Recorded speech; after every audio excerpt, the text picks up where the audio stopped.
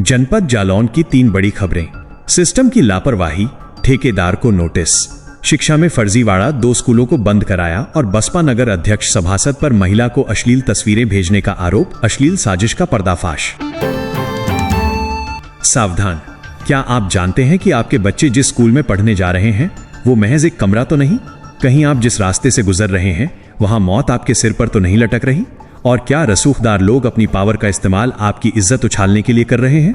जनपद जालौन से आई ये 3 खबरें आपको अंदर तक झकझोर देंगी, क्योंकि ये सिर्फ खबरें नहीं, हमारे सिस्टम के मुंह पर एक करारा तमाचा है। जालौन जिले के अलग अलग कोनों से 3 ऐसी घटनाएं सामने आई हैं जिन्होंने प्रशासन की नींद उड़ा दी है। पहली खबर कुठौंद के शंकरपुर से है, जहां एक भव्य प्रवेश द्वार बनाया जा रहा था, लेकिन वो द्वार स्वागत के लिए नहीं बल्कि मजदूरों की कब्र बनने के लिए तैयार खड़ा था। जरा सोचिए, 50 लाख की लागत, विधायक निधि का पैसा, उक्त कार्य को काल्पी विधायक विनोद चतुर्वेदी द्वारा अपने निधि से स्वीकृति प्रदान की गई थी, लेकिन सुरक्षा के नाम पर क्या मिला? सड़ी हुई रस्सियां और जर्जर शटरिंग। शुक्रवार का वो दिन जब स्लैब की ढलाई हो रही थी और अचानक एक जोरदार आवाज के साथ सब कुछ मलबे में तब्दील हो गया। 5 मजदूर, जी हां, 5 गरीब मजदूर उस भारी भरकम मलबे के नीचे दब गए। चीख पुकार मची, धूल का गुबार उठा और पीछे छूट गई ठेकेदार की वो लापरवाही जिसे अब विभाग ढंकने की कोशिश कर रहा है। लोक निर्माण विभाग KXEN ने अब जाकर ठेकेदार लालजी दोहलिया को नोटिस थमाया है।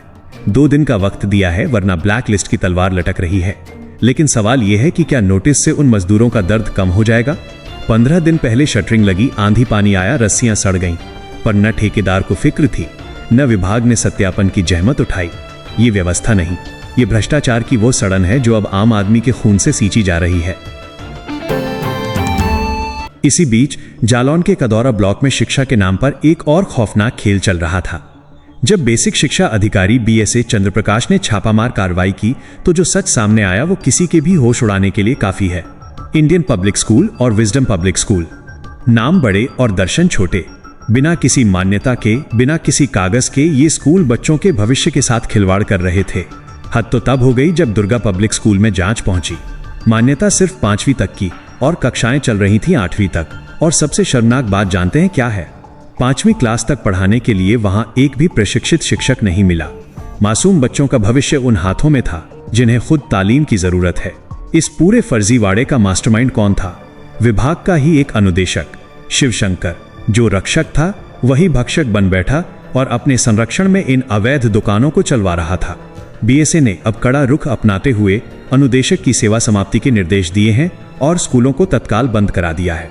लेकिन क्या ये काफी है? क्या उन माँ बाप के सपनों का हिसाब होगा जिन्हें धोखे में रखा गया? वहीं तीसरी घटना जालौन के कोच कोतवाली से है, जो बताती है कि सत्ता और पद का अहंकार इंसान को किस हद तक गिरा सकता है।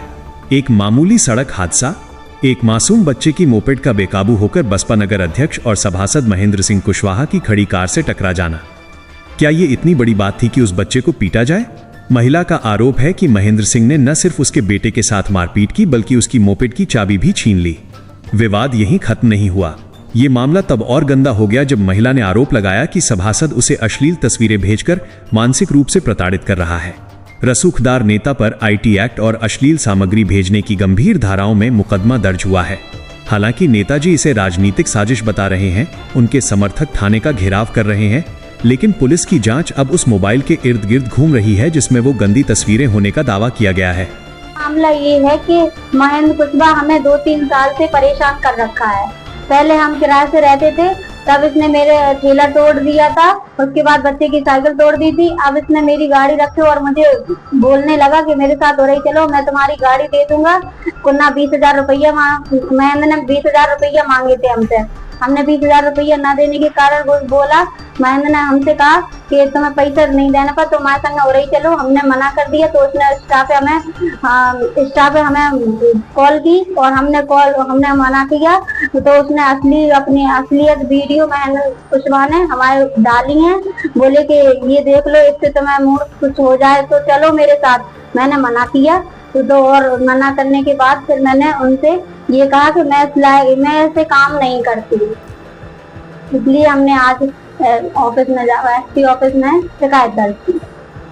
जालौन की ये तीनों घटनाएं एक ही कहानी बयां करती हैं। चाहे वो निर्माण कार्य में ठेकेदार की जानलेवा लापरवाही हो, शिक्षा विभाग में अनुदेशक का जघन्य भ्रष्टाचार हो या फिर एक जनप्रतिनिधि पर लगे अश्लील और शर्मनाक आरोप, ये सब हमारे समाज की सुरक्षा पर एक बड़ा सवालिया निशान खड़ा करते हैं।